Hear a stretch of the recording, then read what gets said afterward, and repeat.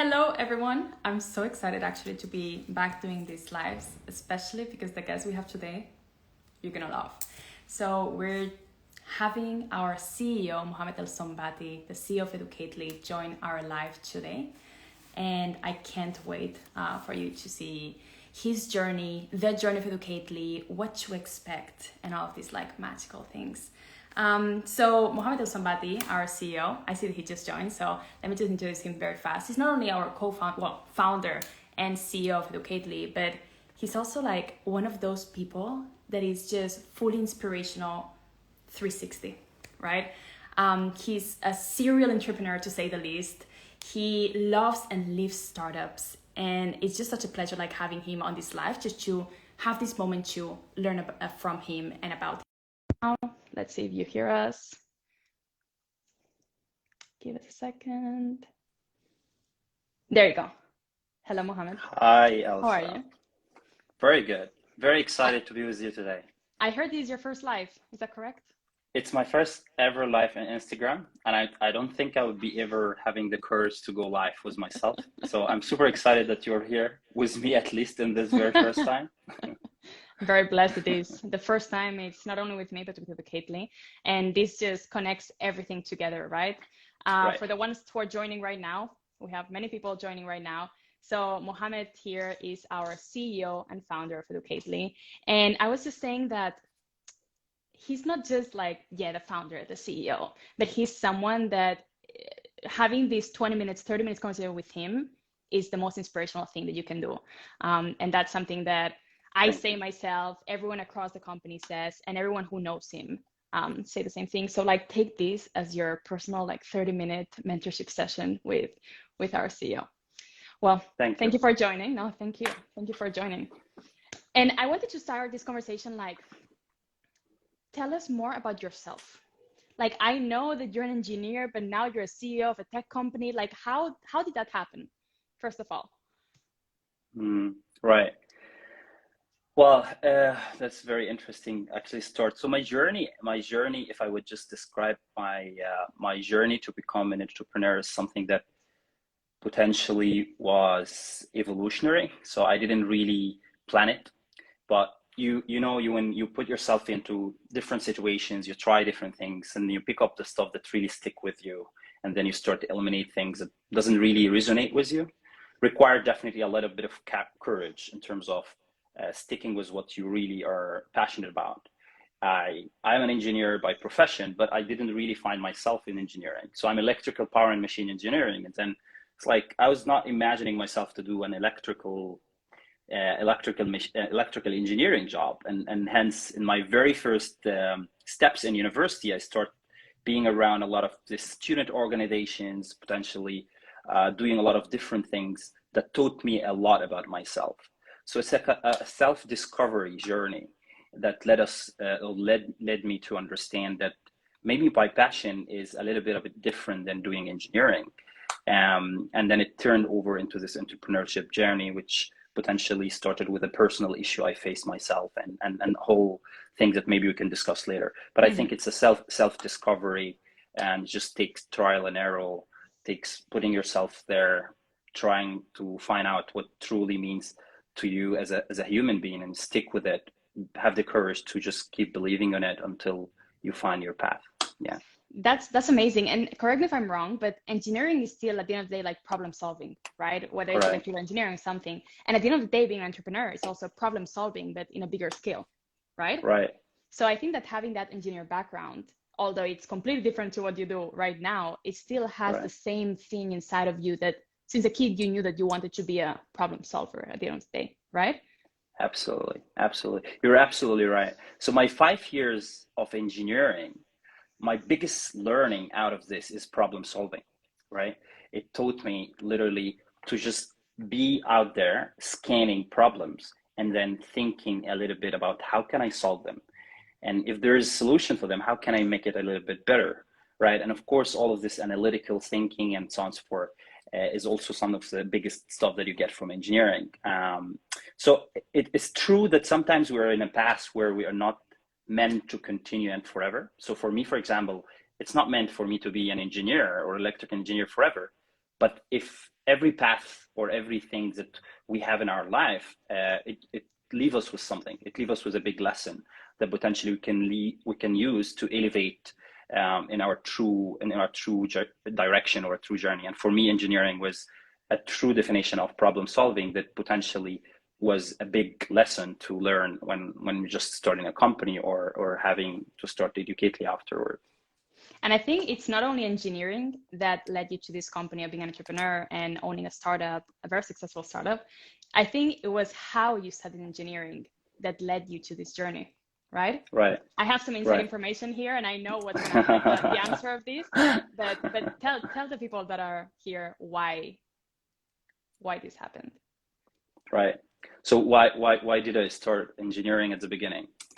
You know, that's first of all, it's actually it's something I think common in a lot of societies, where when we are like 18 years old, we're very influenced by our society and what the society define as success. Or maybe society here means maybe your close friends, family, and collectively could be bigger in terms of like the bigger society or the country you're living in. And then in Egypt, when I grew up, basically engineering, medicines are used to be the true definition of success. If you're a very good student, then you're going to join engineering or you're going to join the medicine. Anything else means that you potentially did not good at high school. So this definition, which is not true. First of all, it's not true. We know this. Absolutely. I mean, exactly. Yeah. It's not true at all. It's potentially, it's just the standards and definitions of success the society put for us, but has nothing to do with the truth. And that's purely what happens for me in the journey. At the end, I joined engineering, but that was not my path to continue on. And I would wish, if I go back by time, I could have definitely done another path, which is maybe business or something. But at the end of the day, I was influenced by this society. I was influenced by family and people around. And I was doing good at maths. And there's very little support when we are very young in terms of really defining one of the most critical passes in our life, which is what and where to study, for example. That's super important decision that sadly enough in our life today or around world today, we have to take when we are less than 18 years old, where the world doesn't trust us to even drive a car. Very sad. Yeah. Yes, and there's a number that you said one time, and that just stuck with me. It was about the percentage of people that end up, you know which one I'm talking about, right? Correct. Yeah. So basically, if you think about like some records that we have in the world today, 73% of the global workforce, they study something, but they work something else. If this is showing you something, it definitely indicates how inefficient our global education ecosystems, preparing us to what we want out as an outcome of education, which is just following a career that could inspire us for the rest of their life.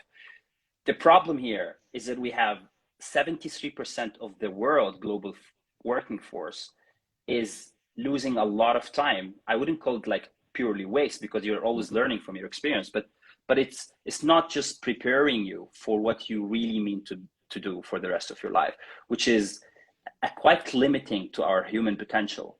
And fixing this problem could just amplify how we could evolve as a world. How could we really tackle big problems that we currently facing in our world, and so on and so forth. So it's astonishing. And for me, it's just crazy to think about this number. Yeah, it sounds so big, but like, and I'm like 73%, but then I realize every single person I know, they don't work in me. I study journalism, I work in marketing. Okay, I do these things. It still has to do. It's what you said, it's not wasted, right? But it's not the path. Like now looking back, when we're in our late 20s or like early 30s, looking back, I think like 100% of all of us would decide a different career, a different major in university. And I think that's quite a fact. I don't know if people in the comments can like relate or not, but I think that's pretty common. And can you tell us more about, because I want to get to something. So I want to get to, I know that you did your master's not in Egypt. What was that journey like? Yes, so this is actually was one of the things that was an inspirational moment to basically start even educately at a certain point. So I did my master in Italy. I did it in management engineering. And you know what, this period, like this time when I was choosing my master, it was the very first time in my life where I'm a little bit conscious about the type of education that I would like to have, because I was quite self-aware of the past and the direction, and I like entrepreneurship and so on and so forth. So I was really conscious to select this educational path that could help me to do so. So my master experience was in Italy, and the journey itself was very challenging to get there. So I spent like maybe 2 years going all over different platforms, universities, websites, collecting information, just sending applications here and there, broking students with like limited financial capability to apply and pay the applications fees and so on. So it was really, really challenging to actually just make it. But the experience itself was one of the most transformational in my entire life, because since then, my entire life changed all upside downs, from all the countries that I lived in, to the people that I know, to basically just the career that I'm following today and so on and so forth. I wouldn't know you, right? For example, if I didn't go in this experience, we wouldn't potentially be just speaking today, or having this company over there. So it was a very transformational journey, and hence this was a true seed to start thinking in how do we enable this experience to more and more young people with less hassle, with less challenges that just put them down, and barriers that potentially just make people give up in such an experience, especially that it's unclear the outcome of it. So that's my studying abroad experience was truly an inspiration, and definitely an inspiration to start Educately at a certain point. Yeah, 100%. Because the more I talk to people, when I don't know, when I go for coffee with old friends or something, and I mention Educately and like what we do and how we support students to study abroad, the first thing that everyone says, and I think everyone's going to agree in the company that works with us, is that everyone says, I wish we had this. I had this when I was growing up, right? Because there's not one person that doesn't think of studying abroad. Correct. But the limitation is that, oh, okay, this is not for me. How am I even gonna do it? This is gonna be too expensive. There's so many limitations. Like 0% of the population doesn't want that. It's not like, oh no, I want to stay in Egypt forever. Oh no, I want to stay in Barcelona forever. No, it's not that, right? There's limitations that are stopping us. And the fact that we're gonna get into it, but the fact that you created Educately, a free service for students, completely free, to support the students in every step of the way for finding their dream study abroad opportunity, their dream country, convincing their parents even, like every single one of the barriers that students have, you create a company to stop that, right? So what was the journey of you having that light bulb moment of like, I can actually change people's lives? What was that? When did Educately like pop up in your mind? Right. So it's you know what? It's basically a realization that I had myself when I went through the experience on finding an educational opportunity abroad, and then passing through all the challenges that was so hard for I was like 17 years old back then to handle by himself, and then just having the courage at a certain point to go and finally made the experience and found how impactful it is. That light, I call it a call. When you realize that you have a call in life, that this is something meant to you, that problem is so personal, it's talking to me personally. And then the only thing that I needed at this point is just to feel the courage and to believe that I can actually solve it myself. Take the first step. Yes. Correct. And to be honest, you would have very little clarity in where you're heading. You, exactly as you said, you just need the very first step. And back then, my very first step was something random, potentially is not happening as we speak, but it's truly about the first step. So it's literally the inspirational part here is this: when you have an ability to discover what you truly meant to do, like that call, when you receive that call, it's always around, right? You probably get it from a challenge you face, or from a conversation with a friend, or from something you just figure out yourself, whatsoever. It's a call. It's like a universal call. You just want to call it whatever you want. Pick it up.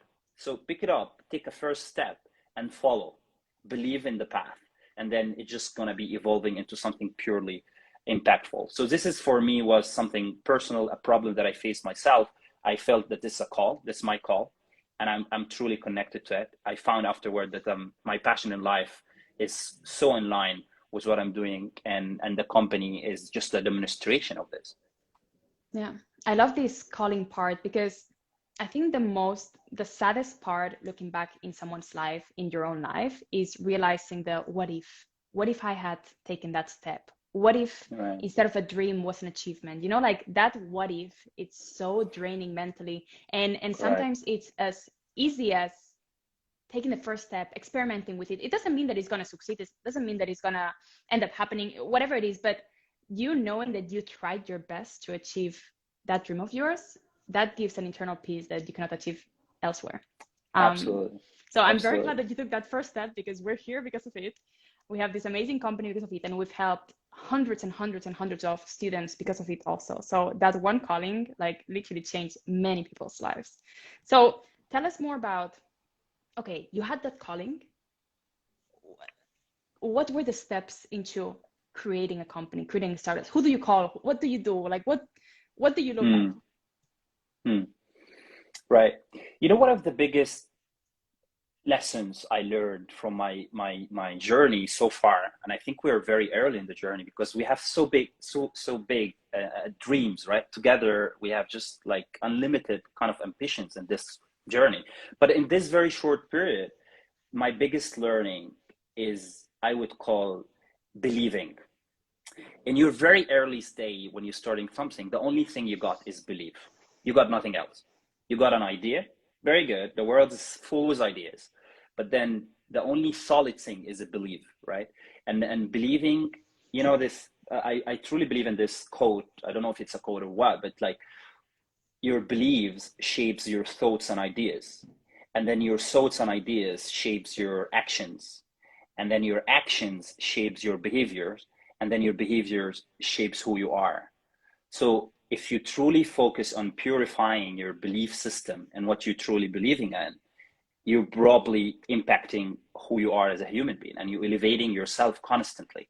So for me, the biggest lesson for me is just how to sharpen my belief, and how to make sure that I'm just connected to something that I'm truly passionate about, and having a belief that I can do it myself. Because how that reflected into educately after is, I only had belief. So the first thing that I did is I just reach out to other people that maybe share that belief with me, right?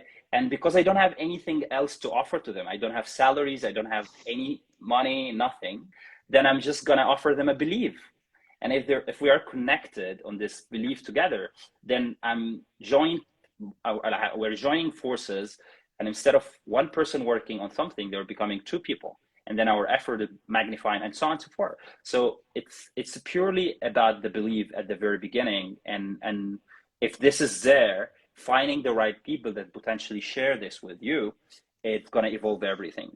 The second, and I think it even comes earlier, which is you starting to like you will start to elevate your vision and clarity in terms of what is that thing that you want to achieve, right? You figured out a problem, very good. It's always starting with a problem or a need, but then having clarity and thinking big and changing this problem and adding value is purely important.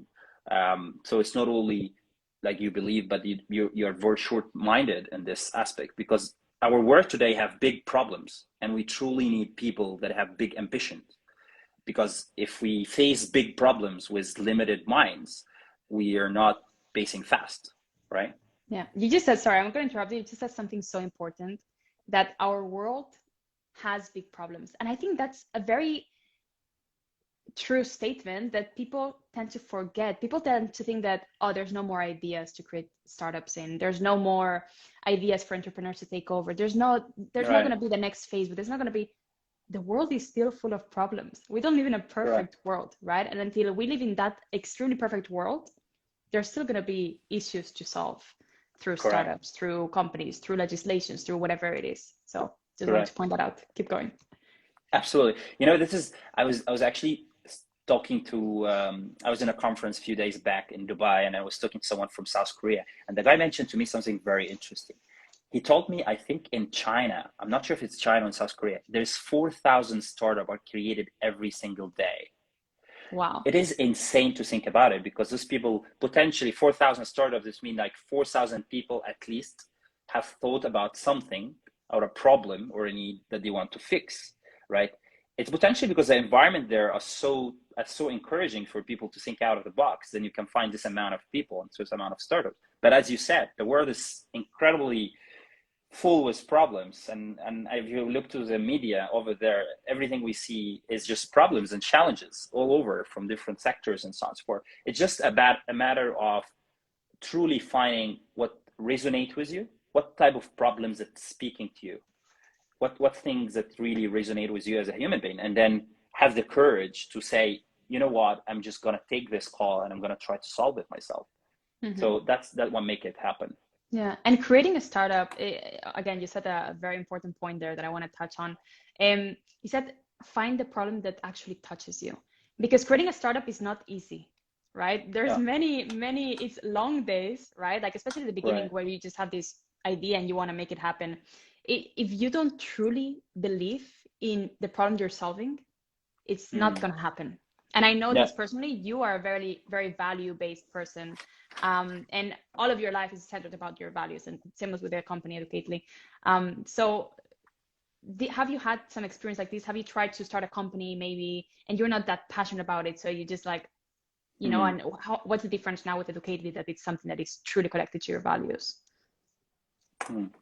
That's a very good question. I did, since I was 19 in the school, I was like, I figured it out early that engineering is not my thing. And then I started my very first business. They were very traditional. I started like maybe 3 different companies, do different things. One of them was like outdoor marketing. Another one that was like fashion related stuff and so on and so forth. But I never they never got stuck with me. I always left them over. And I was always saying like, once I'm arriving to the next exciting thing, I was dropping them. And hence that taught me something, that it's potentially, if it's not resonating with you, you're just going to leave it fast. So probably what you need to look at here is as something that is potentially talking to you as an individual. And for me, what does this mean? It means it's something that potentially you're passionate about. So for me, education and leadership is something that I was evolving a lot of my experience around it, being part of ISEC and then doing my master's degree abroad. I felt that this is something that is truly talking to me, and then taking a step toward that. And afterwards, you start to learn more and more about yourself during this journey. So you're really moving away from those type of stuff that is not meant to be for you. So I think it's a self-awareness journey, self-discovery, that start at certain point and evolve as you just take actions around it. Until today, I'm quite clear about my mission life, and helping people or help to advance the world accessibility to knowledge is a mission that I set toward the rest of my career or the rest of my life. And it's an outcome of just finding out that true cause that I'm passionate about by self-discovery, trial and error, taking actions, engaging with people, just going out there until I arrive into refining and shaping these things that I think I'm going to continue doing for the rest of my life, versus other things that I dropped across the way because it just didn't resonate with me. So that's potentially the thing that you need to carry on. That's so important, like actually being connected to what you're trying to do, right? And I just want to go back into your journey. So, okay.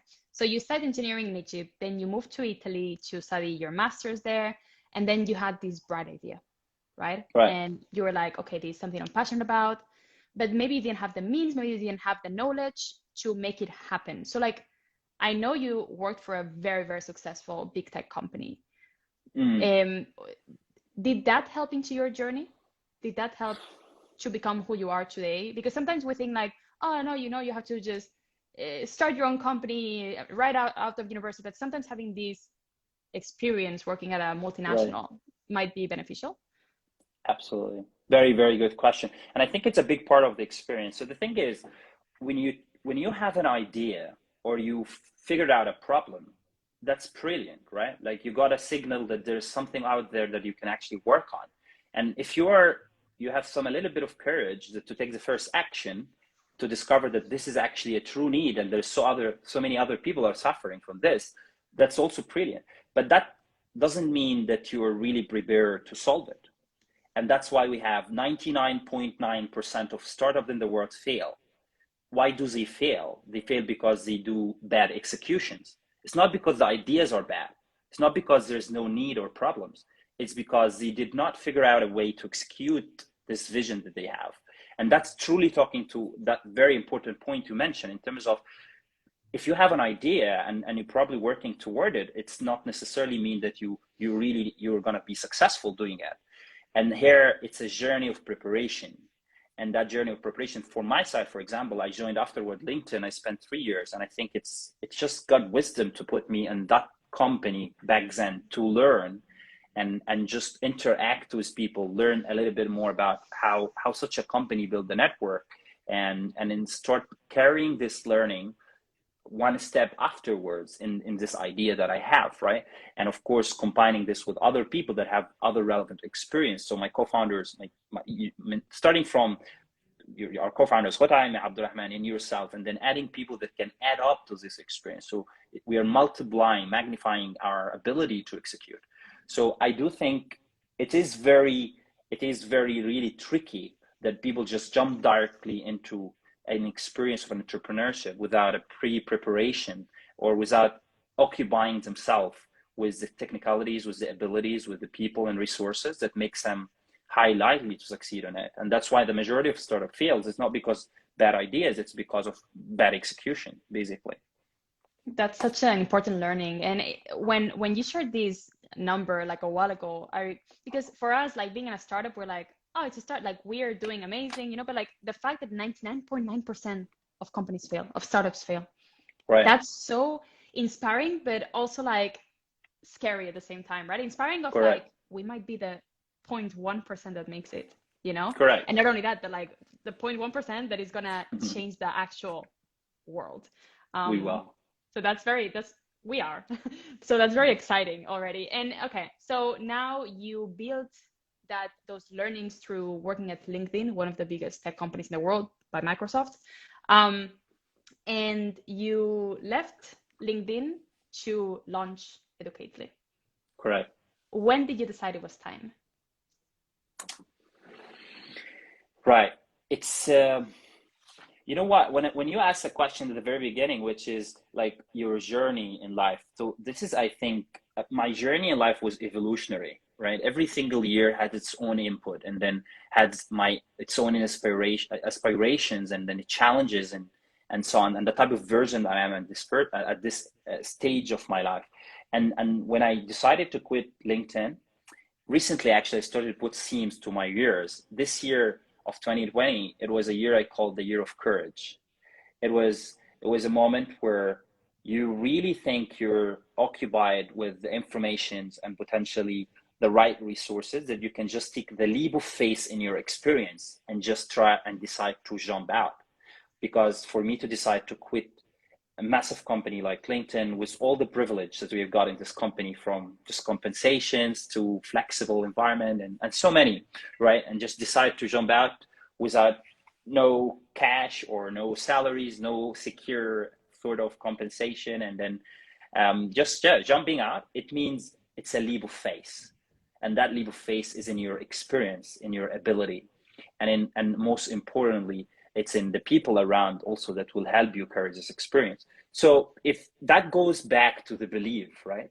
Because it really takes some good time when the most important asset you have as an entrepreneur is your belief, and how far you sharpen this belief will give you this courage that at a certain point you say, you know what, I'm gonna quit that massive company to do what I'm truly believing in. And yeah, that was the moment for me at 2020. I decided, and it's a best moment in my life, and I think I will never regret it. I think that was a transformational year for many people, 2020. I don't even want to get started with that. But I love that you said the leap of faith. And that leap of faith is not just not just for yourself, right? I can imagine like telling your family you're quitting this amazing job for, hey, testing something out, right? So like you have to have someone next to you believing with you. Of course, like having that support system, whether that's your co-founders, whether that's, I believe in your case, is a family member, someone next to you telling you it's gonna be okay. Like I also believe this is gonna, you know, like I think for me that's personally important. I admire people that don't need any second person Correct. for doing this step. But I think you had a great team with you that believed in you through the journey. Absolutely. And you know what? You tapped into something very important here, because believe is one step toward building something or succeeding on something. The second part is, I would call it, of course, I would first refer to the environment, because in general, you have the majority of people around you will doubt what you're doing, Mm-hmm. or what you're trying to do. You're right, like, you're The very crazy. vast majority, Exactly. everyone. The vast majority. That might include your family and Mm-hmm. your very best friends, because when you call them, it's like, you know what, I'm quitting LinkedIn, one of the biggest company in the world, because I'm going to do something that no one knows about, including yourself. So it's like, are you crazy? So basically, you have so many people that is doubting you at this very early stage, and it's so hard to keep the resistance and keep the belief if you're surrounding yourself with this environment all the time.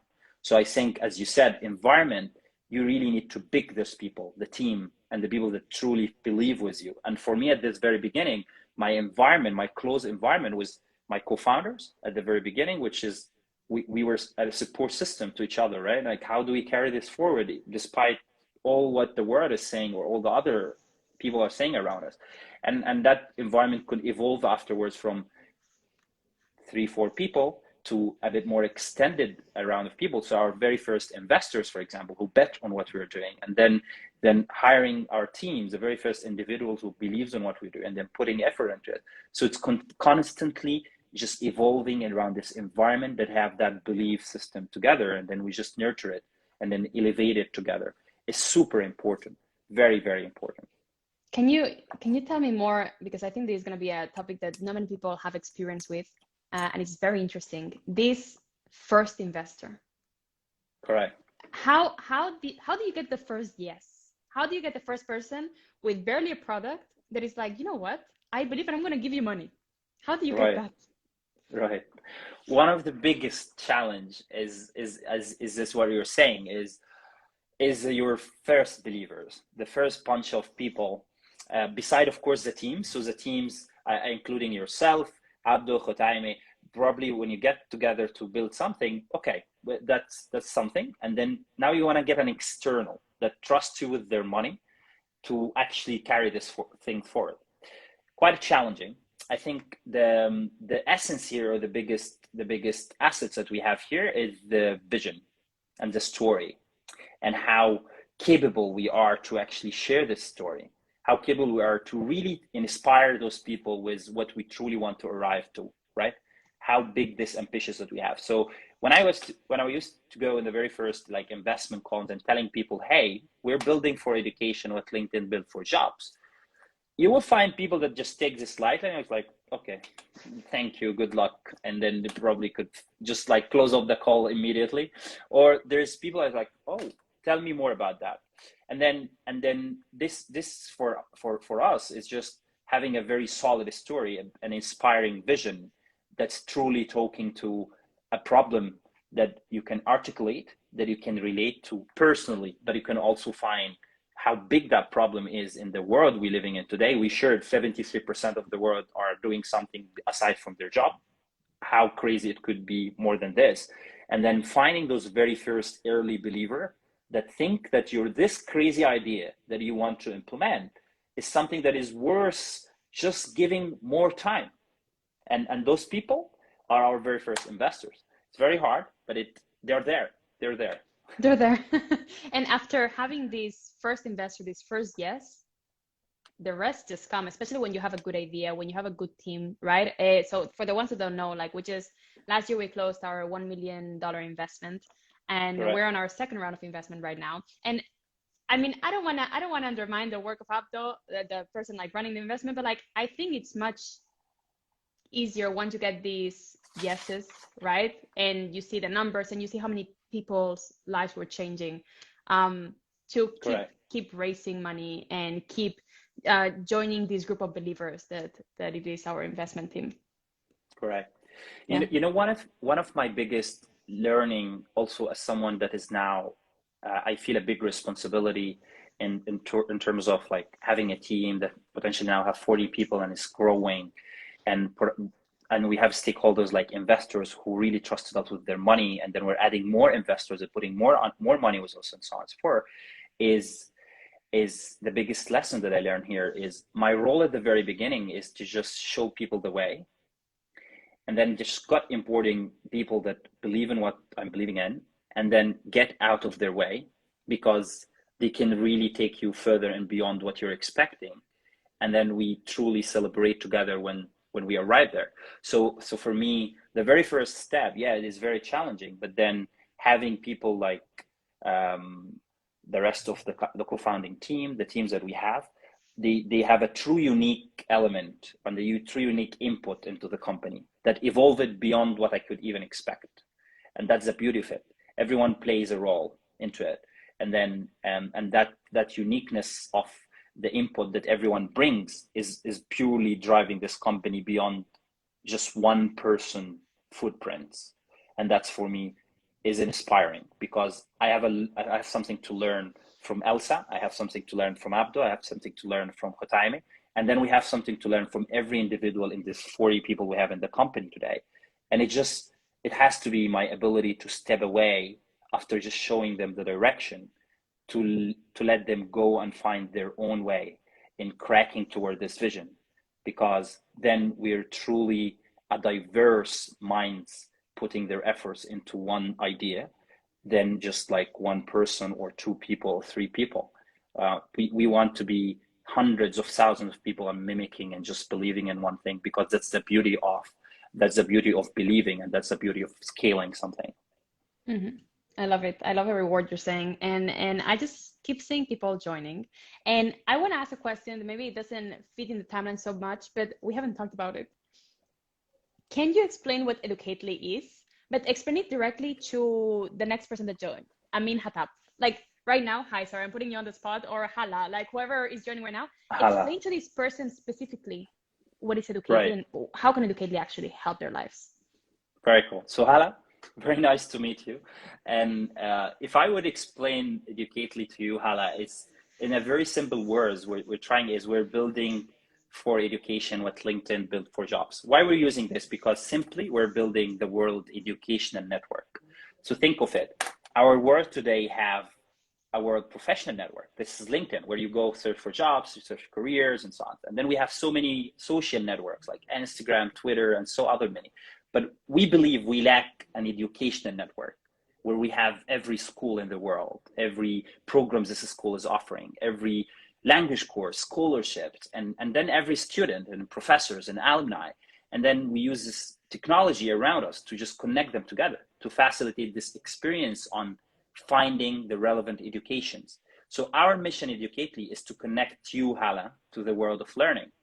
How can we do this? Is by building a platform, a network that enable you find your dream education and find the means and support to arrive there. And I believe we aspire to arrive at a certain point where the 73% of the global workforce that is just doing something away from their education decreases. So we have people that is inspired by their education to carry on their careers and then just really unleash their potential as fast as possible. It is all about unleashing people potential and just correlate this between what they study and what they can add value to in their world. So yeah, that's a bit of what we do. There you go. Amazing. And how I always explain it is, and you said, of course, like we're trying to do the same as LinkedIn, but for education, right? And let's see, like Guri, the next person that joined, like what I'm usually, how I usually explain it is, you go on LinkedIn and you search for marketing jobs in Spain. Correct. Right? And all of the jobs show up, right? And then you can apply with one click to the job, and then you get a call from the company and interview you. Correct? Or an email, whatever it is. We do the exact same for education, right? For example, correct. Keza right here. So if Keza wanted to study, I don't know, international relations in Switzerland, she would just search international relations in Switzerland, and all of the masters, bachelors, whatever she's searching for would show up. She can filter them by cost. She can filter them by when it starts, by the degree, online or offline, and just Right. search the information, get it, and apply with one click. When have you ever heard about this? Like, this is a solution that I'm just so glad that you created, because even me, that I thought that I was done with education for a long time, now that I work in this industry, I want to get 10 masters, you know, because you see the amount of exciting programs that are out there in exciting countries, and you get to experience it. Like, I just want to study abroad just to live 1 year in Canada, another year in Italy, another, you know, like, it's so exciting. And the fact that this exists today, and we can offer this to every single person, like being here, and every person that joins us, that follows us, it's fantastic. So listen, I just want to thank you, Mohammed, just because you created this. You created this. We created this, and we made it happen. And Right. I wanted to ask you like so many other questions, but I don't know if it's been going for too long. We can do like a part 2. Okay. But I'm gonna but I'm gonna close with like one question that I always like closing the lives with. And the question is, what advice would you give to someone that wants to be an entrepreneur, has a problem that they want to solve, and they don't know the next step? Right. Very important question. First of all, I want to thank you, Elsa, because I think what you explained educately in a very simple format, and that's beautiful. And I want to emphasize that we really create this together. It's not, it's never a person or one individual, and that's the beauty of it. To your question, in terms of what advice that I would give, I think the biggest advice that I will give to people that potentially early in their journey is to believe that you are unique. Meaning, 8 billion people in our world today, almost closely, that every single person have a unique fingertips, right? Not two individuals in the world have two fingertips. If it indicates something, it indicates that you truly have a unique message and something to add toward this life journey, right? It is just a matter of finding this cause, right? Finding out that call that we were speaking about at the very beginning of the call. Just find it out. Do not get bored or do not get frustrated, because it does not correlate with age here. There's people that discover what they're meant to do when they're very early in age, and then there's people that takes them a little bit a while. But we should never give up. That we have the belief that we are unique, we have a unique message to deliver and a unique value to add to this journey in life. No matter if this is starting a company by yourself or just evolving to be into a company and supporting this company to get bigger or becoming more exciting and adding more value to people. But believing that we are unique and we have a true unique message to add to this world is super crucial. And we are in search to find this call. We are in search to find this talent that it makes us super different. The edge, right? Our edge in the world. If we're truly believing on this and we keep the search for it, I think if every individual in the world have this mindset, we will unleash 8 billion people potential that will make this world much better than when we found it. That's absolutely. That's beautiful. Okay. I love it. I love it. I lied. I'm gonna ask you a second question. Sure. And this is personal because I worked at the KD and I want to know this, but I don't know if it's gonna be private also. So I'm gonna try getting this information for you guys. So what is I'm putting pressure here. What can we expect from Educately in the next 6 months to 1 year? Wow. Okay. Whatever you can share. I know that many things are private. Yes. So like, what can we share? Right. Yeah. I mean, it's very important to share with our maybe audience also what we're trying to do. If I want to summarize it, like maybe a little bit, not to get you too much into details. What do you expect in the next 6 and 12 months is a transformational, unseen approach in how the international student recruitment is done.